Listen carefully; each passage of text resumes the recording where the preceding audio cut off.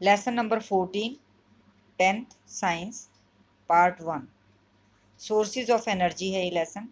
इस लेसन में हम एनर्जी सोर्सेज के बारे में बात करेंगे, उनके बारे में स्टडी करेंगे। एनर्जी सोर्सेज, वैसे तो हमारे चारों तरफ एनर्जी बहुत मात्रा में अवेलेबल है, फिर भी हम एनर्जी के लिए शोर मचाते हैं, एनर्जी क्राइसिस हैं।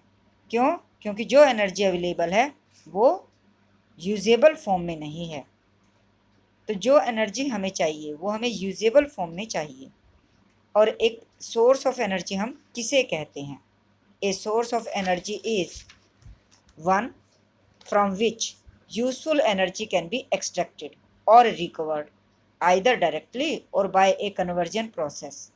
फॉर एग्जांपल सोलर एनर्जी है, बायोमास है। तो एक एनर्जी सोर्स हम किसे कहते हैं? हम उसे एक एनर्जी सोर्स कहते हैं जिससे हमें यूजफुल फॉर्म में एनर्जी प्राप्त होती है, चाहे वो डायरेक्टली मिल जाए हमें उससे, या हम उसे कन्वर्ट करके प्राप्त कर लें। कन्वर्ट करके कैसे है? जैसे सोलर एनर्जी है, बायोमास है, सन से हम एनर्जी, प्लांट्स उसे ट्रैप करते हैं और केमिकल एनर्जी में कन्वर्ट करते हैं, फिर हम उसे यूटिलाइज कर लेते हैं। बायोमास, जैसे हमें एनिमल्स और प्लांट्स, बायोमास, इनसे हमें एनर्जी इनडायरेक्टली प्राप्त होती है कि जो भी हमें उपले वगैरह प्राप्त होते हैं उनसे हम एनर्जी जला के बर्निंग के द्वारा प्राप्त कर लेते हैं, या फिर प्लांट्स के वुड को हम जलाकर उससे एनर्जी प्राप्त कर लेते हैं। तो ये एक एनर्जी सोर्स कहलाते हैं। नेक्स्ट है इसमें एनर्जी। एनर्जी से हम क्या समझते हैं? The ability to do work is called the energy. जिस किसी में कार्य करने की क्षमता है उसे ही हम एनर्जी का नाम दे देते हैं। जैसे हीट एनर्जी है, क्योंकि हीट में कार्य करने की क्षमता है। फॉर एग्जांपल के तौर पर अगर हम हीट सप्लाई करें और हमारे किचन में जो प्रेशर कुकर होता है उसमें जो भी मटेरियल होता है वो पक जाता है, बॉयल हो जाता है, और इस हीट के द्वारा उसे बॉयल करने के साथ साथ जो उसमें व्हीसल लगी होती है उसे उठाने की क्षमता है, यानी कि कार्य करने की क्षमता है। तो हम कहेंगे heat is a form of energy. Wind energy, wind में भी कार्य करने की क्षमता है, विंड मिल चलते हैं उससे। विंड मिल क्या करते हैं? बड़े बड़े ब्लेड्स रोटेट होते हैं उससे, और जो एनर्जी है वो हम किसी भी चीज़ को रोटेशन के द्वारा, चाहे उसमें हमने वाटर को लिफ्ट करना हो, फॉर एग्जांपल के तौर पर हम कह सकते हैं, तो वहाँ पर विंड एनर्जी का इस्तेमाल कर सकते हैं।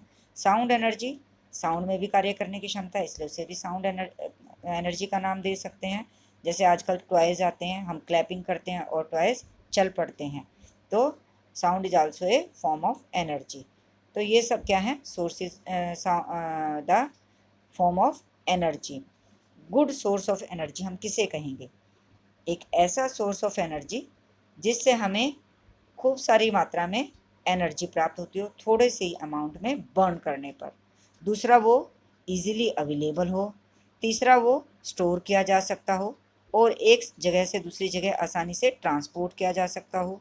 चौथा, वो सस्ता भी हो, इकोनॉमिकल, चीप हो। ऐसे सोर्स ऑफ एनर्जी को हम कहेंगे गुड सोर्स ऑफ एनर्जी। इसके साथ साथ वो पॉल्यूशन ना फैलाता हो, उसमें से स्मोक ना निकलता हो। ऐसे सोर्स ऑफ एनर्जी को हम कहते हैं good source of energy. Sources of energy तो बहुत सारे हैं, जैसे वुड को हम जला लेंगे, would is also a source of energy. लेकिन गुड सोर्स ऑफ एनर्जी में ये सारे के सारे करेक्टरिस्टिक्स होते हैं।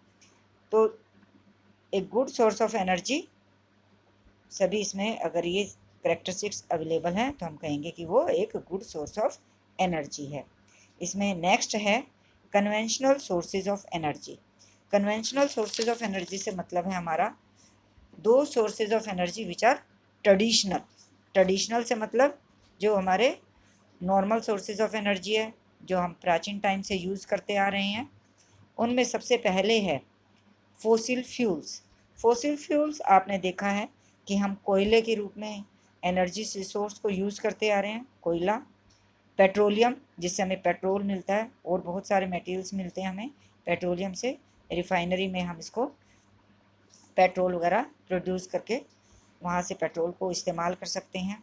नेचुरल गैस, जानते हैं आप, नेचुरल गैस जहाँ कोल और पेट्रोलियम की फॉर्मेशन होती है, कोल और पेट्रोलियम के फॉर्मेशन की प्रोसेस को आप जानते हैं कि मिट्टी में जब लाखों साल लग जाते हैं इसे बनने के लिए, मिट्टी के नीचे जब जो है समुद्री जीव दब जाते हैं या प्लांट्स वगैरह दब जाते हैं, और वो लाखों साल में हाई टेम्परेचर और प्रेशर के कारण किस में कन्वर्ट हो जाते हैं, कोयले और पेट्रोलियम में, और इसके ऊपर ही नेचुरल गैस भी बनती है। तो नेचुरल गैस, कोल, पेट्रोलियम, ये सारे फॉसिल फ्यूल्स हैं because they are obtained from the fossils, the remains of the dead plants and animals. Fossils क्या होते हैं, remains of the dead plants and animals. और जब ये मिट्टी में नीचे दब जाते हैं तो इसके ऊपर मिट्टी की और परतें बनती जाती हैं, तो वहाँ पर नीचे जो है कोल और पेट्रोलियम बनते हैं और उसके ऊपर नेचुरल गैस। इन सब के बारे में आप स्टडी आपने कर रखा है 8th क्लास में।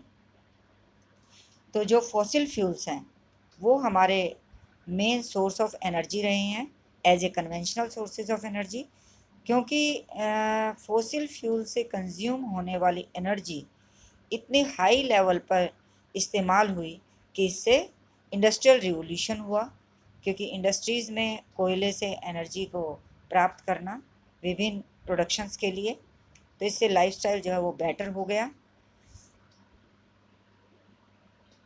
But these are non renewable sources of energy. Non renewable sources of energy का मतलब है इन्हें एक बार इस्तेमाल कर लें तो इन्हें दोबारा से हम बना नहीं सकते, इनका बनाना इतना आसान नहीं है, इनके बनने में लाखों साल लग जाते हैं। इसलिए these are the non renewable sources of energy. एक बार जो इस्तेमाल हो जाते हैं दोबारा हम इन्हें इस्तेमाल नहीं कर सकते, तो और इनके बनने में बहुत लंबा समय लगता है, तो इसलिए these are the non renewable sources of energy. और दूसरा इनके डिसएडवांटेज ये भी हैं, when we burn the fossil fuels a lot of air pollution is caused by burning the coal or the petroleum products। तो इसलिए हम चाहते हैं कि हम इनका इस्तेमाल प्रेजेंट टाइम में कम से कम करें, क्योंकि इनका प्रेजेंटेशन, इनका प्रेजेंट होना एनवायरनमेंट में एक तो वो लिमिटेड है, ये इनके जो रिसोर्सेज हैं वो लिमिटेड हैं, और दूसरा ये पॉल्यूशन फैलाते हैं, ये इसका डिसएडवांटेज है बहुत बड़ा आज के टाइम में। इसलिए फॉसिल फ्यूल्स के लिमिटेड इस्तेमाल को ही आज के टाइम में बुद्धिमत्ता समझी जाएगी। Also due to the burning of the fossil fuels के जलने से जो ऑक्साइड्स निकलते हैं कार्बन के, नाइट्रोजन के और सल्फर के, they causes the acid rain. These acidic oxides हैं ये, and they causes the acid rain. Also, this acid rain affects the water and soil resources. That's why the burning of fossil fuels causes the lot of disadvantages. इसके कई सारे disadvantages हैं, and one more is also the greenhouse effect gas. The carbon dioxide is produced by burning of the coal, which is responsible for the greenhouse. This greenhouse gas is the cause of increase in temperature, or you can say the global warming. Next one is thermal power plant. Thermal power plant, नाम से ही पता चल रहा है, therm का मतलब होता है हीट, हीट की हेल्प से इलेक्ट्रिसिटी प्रोड्यूस करना। थर्मल पावर प्लांट में heat change to the steam, heat के द्वारा स्टीम प्रोड्यूस की जाती है वाटर को हीटअप करके, और स्टीम के द्वारा टर्बाइंस चलते हैं, और ये टर्बाइंस डायनामो की हेल्प से इलेक्ट्रिसिटी प्रोड्यूस करते हैं। That's why thermal power plant is a source of energy. Source of energy in the form of the thermal power plant is used in the houses by using the electricity. Electricity का हम बड़े पैमाने पर use करते हैं, industries में भी इसका यूज़ होता है, तो थर्मल पावर प्लांट एक बड़ा सोर्स ऑफ एनर्जी है। नेक्स्ट है इसमें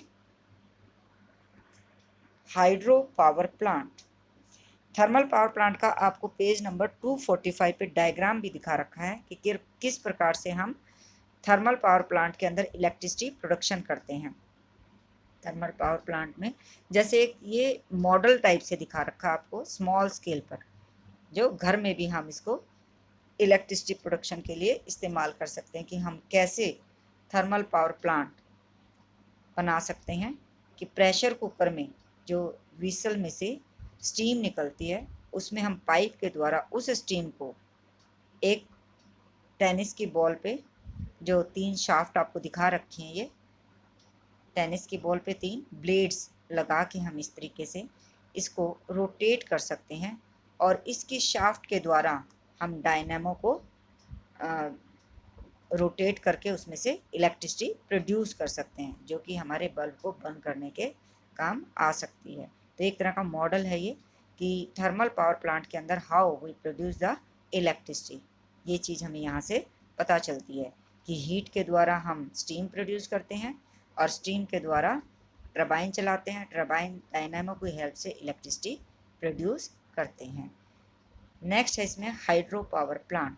हाइड्रो पावर प्लांट क्या है? हाइड्रो वर्ड से ही पता चल रहा है पानी, with the help of the water, पानी के द्वारा इलेक्ट्रिसिटी प्रोड्यूस की जाती है हाइड्रो पावर प्लांट में। नीचे हाइड्रो पावर प्लांट आपको बनाकर दिखा भी रखा है। इसमें हाइड्रो पावर प्लांट बहुत बड़े पैमाने पर जो है ना वाटर को स्टोर किया जाता है डैम्स के अंदर। आप भी जानते हैं डैम्स क्या होते हैं, जहाँ पर जो वाटर के बड़े रेजर्वोयर्स होते हैं, रेजर्वोयर जहाँ पर खूब सारा पानी होता है, पानी का एक तरह से बहुत लार्ज अमाउंट में पानी को स्टोर करके रखा हुआ है। स्लूज बना रखे हैं ये गेट, जिनको चैनल के फॉर्म में कह सकते हैं। लिमिटेड अमाउंट में जितना पानी हम चाहे यहाँ से रिलीज कर सकते हैं। ये पानी जो फ्लोइंग वाटर हो जाएगा जब हम इन गेट्स को ओपन करते हैं। जब ये पानी बहता हुआ नीचे की तरफ आएगा तो ये टरबाइंस को रोटेट करेगा। टरबाइन यहाँ पर दिखा रखा है एक गरारी की फॉर्म में, ये आपको दिख रहा होगा नीचे गरारी है। ये आपको पावर हाउस और जनरेटर के नीचे जो दिखा रखा है ये क्या है? टरबाइन है। ये टरबाइन को रोटेट करता है फ्लोइंग वाटर। जब ये टरबाइन रोटेट होगा तो इलेक्ट्रिसिटी प्रोड्यूस होगी, जो कि आपको जनरेटर के फॉर्म में दिखा रखा है कि टरबाइन से रोटेट होगा तो पावर लाइंस के द्वारा इलेक्ट्रिसिटी जो है वो घरों में पहुंचाई जा सकती है यहाँ से। और बहता हुआ पानी कहाँ चला जाएगा? रिवर के अंदर। इस पानी में कोई चेंज नहीं आता, ये पानी एज इट इज़ रहता है। बस ये बहता पानी टरबाइंस को घुमा देता है, जिससे कि हमारा जनरेटर इलेक्ट्रिक फॉर्म में एनर्जी प्रोड्यूस करता है, इलेक्ट्रिसिटी की फॉर्म में एनर्जी प्रोड्यूस करता है। जब ये टरबाइन रोटेट होता है तो जो पानी बहता हुआ पानी इसको रोटेट करता है, वो पानी रिवर में चला जाता है और हमारे जो खेत हैं, खेती बाड़ी है, उसके अंदर यही पानी इस्तेमाल किया जाता है इरिगेशन पर्पस के लिए। तो हाइड्रो पावर प्लांट के द्वारा हम इलेक्ट्रिसिटी प्रोड्यूस करते हैं इसी तरीके से। ये एक रिन्यूएबल सोर्स ऑफ एनर्जी है, लेकिन डैम्स को हम किसी लिमिटेड जगह पर ही, जो उसकी सुटेबल होगी जगह, वहीं पर हम इन डैम्स को बना सकते हैं। तो in this hydro power plant जो मैंने जनरेटर आपको बताया है, इस जनरेटर को कैसे इनसाइड इसकी वर्किंग है ये मैंने साथ में दिखा रखी है आपको। जनरेटर इस डायग्राम में आप देख सकते हो कि जनरेटर के अंदर क्या है, 2 N और S फॉर्म में मैंने आपको मैग्नेट्स दिखाई हैं। N एंड S पोल्स दिखाए हैं इसके, north pole and south pole. और इसके बीच में जो प्लेस्ड है वो क्या है? एक कॉइल है। ये कॉइल ही इस शाफ्ट के द्वारा, जिसको मैंने टरबाइन का नाम दिया है, इस शाफ्ट के द्वारा ये कॉइल रोटेट होती है। जब ये कॉइल रोटेट होती है इस मैग्नेटिक फील्ड के अंदर, when A rotating coil is placed in a magnetic field, electricity is produced.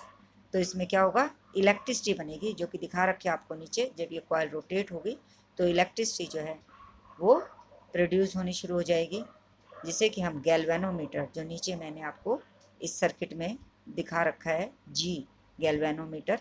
Galvanometer क्या होता है?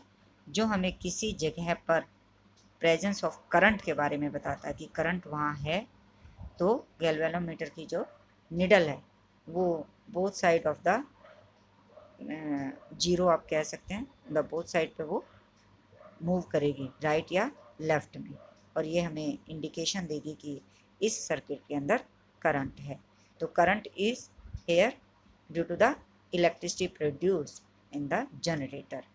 तो हाइड्रो पावर प्लांट में हम इलेक्ट्रिसिटी प्रोड्यूस करते हैं। तो ये थे हमारे 3 कन्वेंशनल सोर्सेज ऑफ एनर्जी। इसे नेक्स्ट हम अगली वीडियो में स्टडी करेंगे। तब तक के लिए